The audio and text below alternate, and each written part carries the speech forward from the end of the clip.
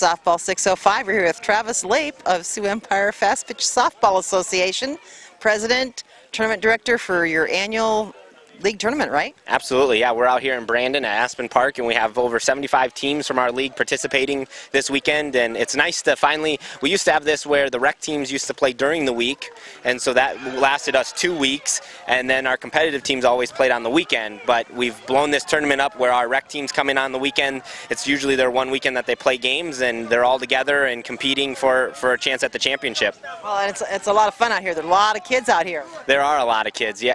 I mean, 78 teams. It's our most that we've ever had attend a league tournament at the end of the year, so that's incredible for us, just for our team's sake of our teams are coming and playing, and it's a free tournament for them. It's part of the league. It's just a way for us to wrap up the season and play some more games. Now, did the teams have to finish in a certain place in the league to be in this tournament, or does anybody get to be in it? We do our best with seeding this tournament. It's very hard because our league is so short. This is week number 6, and so we try to get it seeded by the start of week number 5, so that means we go off of basically 4 weeks, and if we don't have any rain, which this year we've had a lot of rainouts, it becomes a little challenging to seed it. So we do our best with what the information we have, but even at that we still make some mistakes, and even this tournament some seeds weren't corrected, but we stuck with what we had going into it. Yeah, you have to do the best you can. Well, this has given me a much better appreciation for the breadth and depth of Sioux Empire Fastpitch, because there are teams here from Brandon, from Harrisburg, Canton, Del Rapids, all kinds of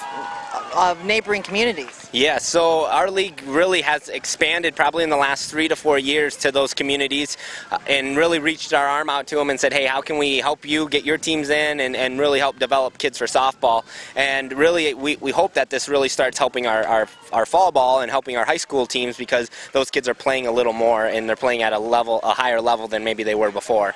So the Sioux Empire truly is the Sioux Empire. We are, yes. We branch out to all those little communities. We're always looking for communities that are looking for games or teams, and we welcome them in and try to get them acquainted to our system as quickly as we can.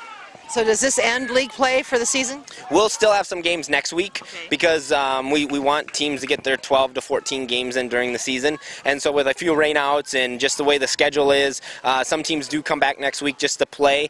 Some of them will use it as practice to prep for ring neck, which is coming up, and some teams will prep for state. So we still want to offer that, but our season gets crammed in here so tight because state tournament's the second week in July, so it doesn't give us much room to play with. 4th of July tournament. It's really hard, yeah. I mean, even during the week of the 4th, it's hard to play games. We had a lot of teams cancel, and so we've kind of gone away from scheduling on there. And so now next year the board's looking at, do we start a little bit earlier to try to cushion some things in? And we know what May early can be, and if it's cold and rainy, or it's nice and we can play games. So we're just kind of playing with where we can start league off. So, putting on a tournament of this size requires a lot of coordination and a lot of hard work on the part of a group of volunteers, and sometimes that group of volunteers is big, sometimes it's small. So who are some of the people that have really stood out and helped you this week? I really have to give my hats off to Janelle Hoffman. She's our equipment manager. She's got 2 daughters that are playing, so she's been here at 7 o'clock getting one daughter ready to play a game. As soon as the game's over, she's jumping on a field, dragging, chalking. She's kind of been the go-to person for me this weekend. And then Sue Somervold, she's kind of coming back to the board now and getting involved again, which we're just super excited about. And so she's been here as well, really putting in her time. Team Riot, our 18 and under rec team, Tom Reed is one of our board members, but his team has volunteered, and some of his parents have even jumped on the diamonds to help us in between games and that. So, people have really stepped up to try to help us.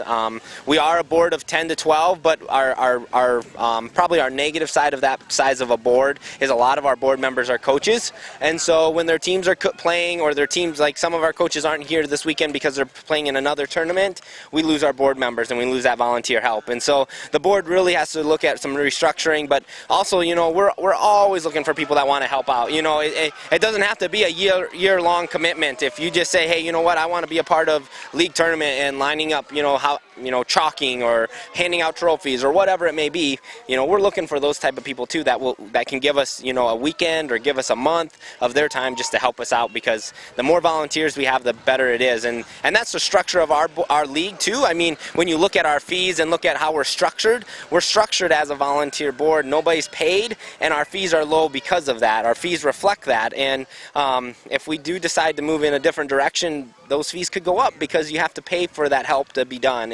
And so it's just one of those things that we're trying to balance it and doing what's best for the sport of softball, but also our kids and our players that play in our league. And without wearing out all your volunteers too early. Right. I mean, that's I mean, a weekend like this, just last night we were adding up some hours, and easily the board members that were here at 7 had 15 hours in yesterday, and that's hard, and you're trying to balance family and your faith and just kind of things outside of softball, and it gets a challenge when you're pouring that much time into a weekend. There's really not much else for you to do. Well, there are people out there that maybe don't even play softball or have no connections but could still help out, because helping the kids out and giving back to the community is really a great thing. Yeah, one of my favorite things is Championship Sunday and handing out trophies, seeing those kids' smiles and the success that they've had, and watching their teams from Friday night to Sunday and see the improvement just in 3 days. For me, that's why I do it. I don't have a kid playing. I just love the sport of softball, and here I am, trying to lead the charge. But I mean, anybody can do this. Anybody can step in and really help us out, because it's about the kids and providing an experience for the kids that they enjoy. And it's really cool that Team Riot has stepped up, the U18 team, because it's important that they learn to give back to the game, and they're already doing it. Absolutely, yeah. It's awesome, the things that team is willing to help us with and jump on and do, and it's that whole idea that, at one time they were 10U or 12U, and so now seeing them being just kind of jumping on and helping us out has been a great help. Maybe future board members there. Maybe, absolutely. All right, Travis. Well, thanks a lot for taking time with us at Softball 605. It's nice to be on the interviewing side with you this time. Hey, thank you. Best of luck with the rest of the tournament. Thank you.